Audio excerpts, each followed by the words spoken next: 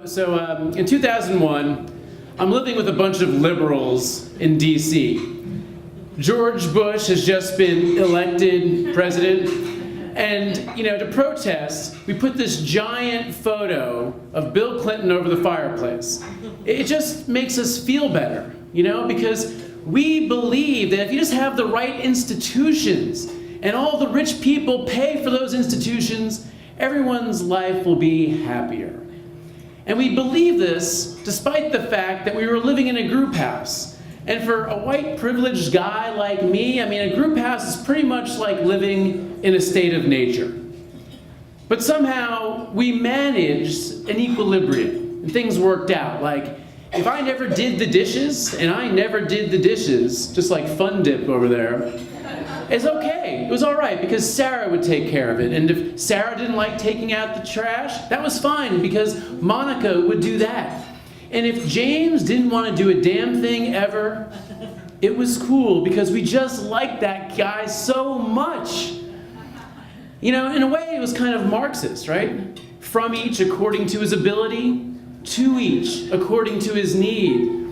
And the only obligation that we really had to one another was every month we had to pay rent on time. That's why we put up with this crap, right?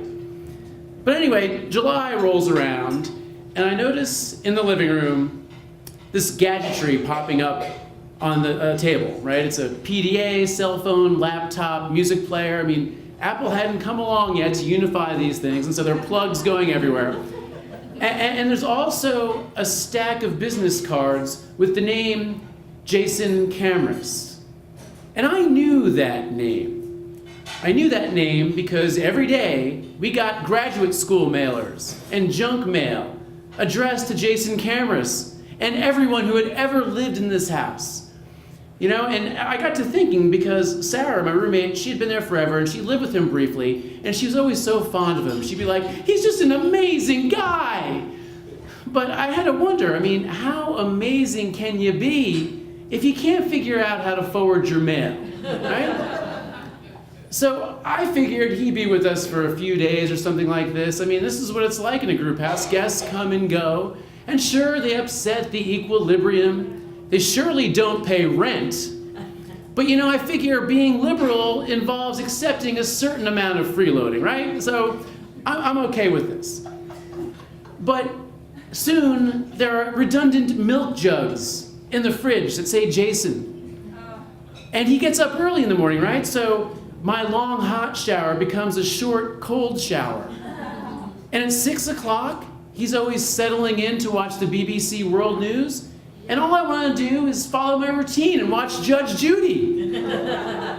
And so when I look over at those gadgets in the living room, all I can think of is that's not a temporary charging station. This has been 4 or 5 weeks now. That's like this dude's permanent command center. So one night, I get home, and there he is doing the crossword. My crossword.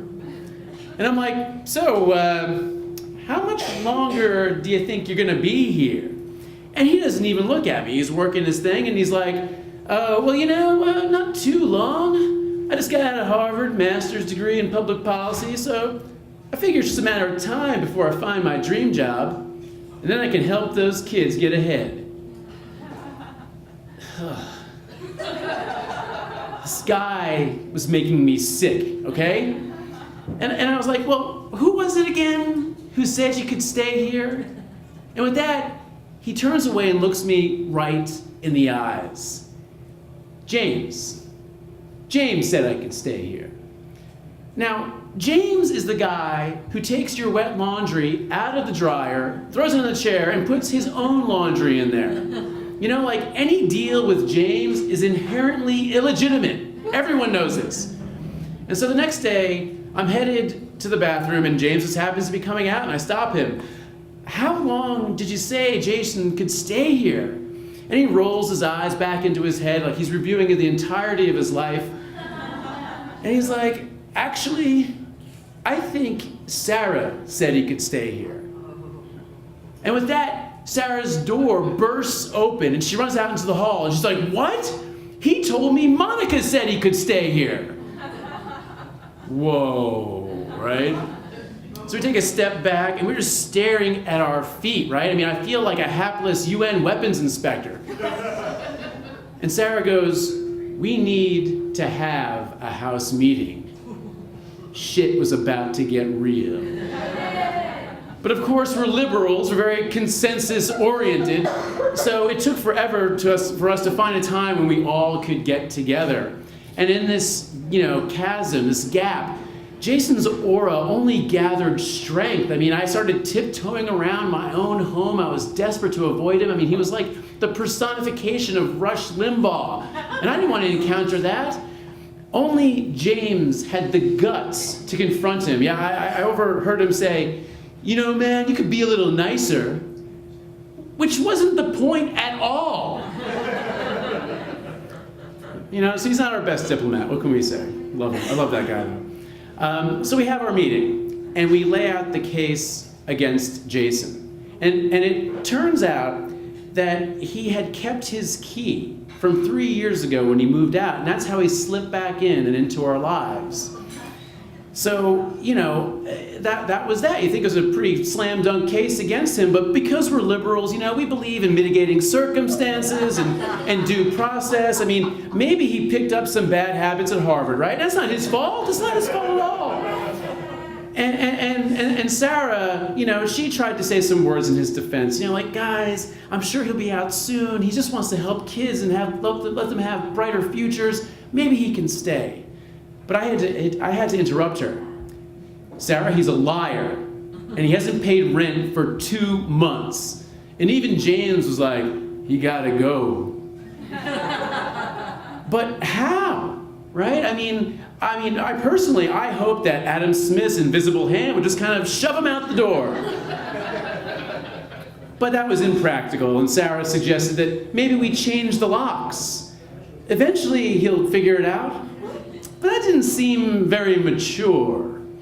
And I think that's why Monica rose to her feet. I'll do it. And that made sense, actually, because it was her job to take out the trash, right? So, it just worked out perfectly. James and I high-five. We all smile with relief because it wasn't our problem anymore. Liberals love it when someone else takes care of things. Because on this issue, we were law and order Republicans. So now, I wasn't there when Monica threw him out, but I did get home in time to see her recreate the scene. Oh, one more thing before you go. Your key? And then she goes, and everyone does a little jig, and we split like a 6-pack of Miller High Life. It's pretty rad. And I figure, I'm never gonna hear or see from Jason Camaras again. This is it. Then in 2005, I pick up the Washington Post, and there he is on the cover. He's shaking hands with President Bush. He's been named the National Teacher of the Year. And then, a few years later, I see him in this education reform documentary that you might have heard of called Waiting for Superman. And I think, well, gee, in 2001, had I known that he would achieve all these things, would I have thrown him out? Yeah. But only sooner. Thank you.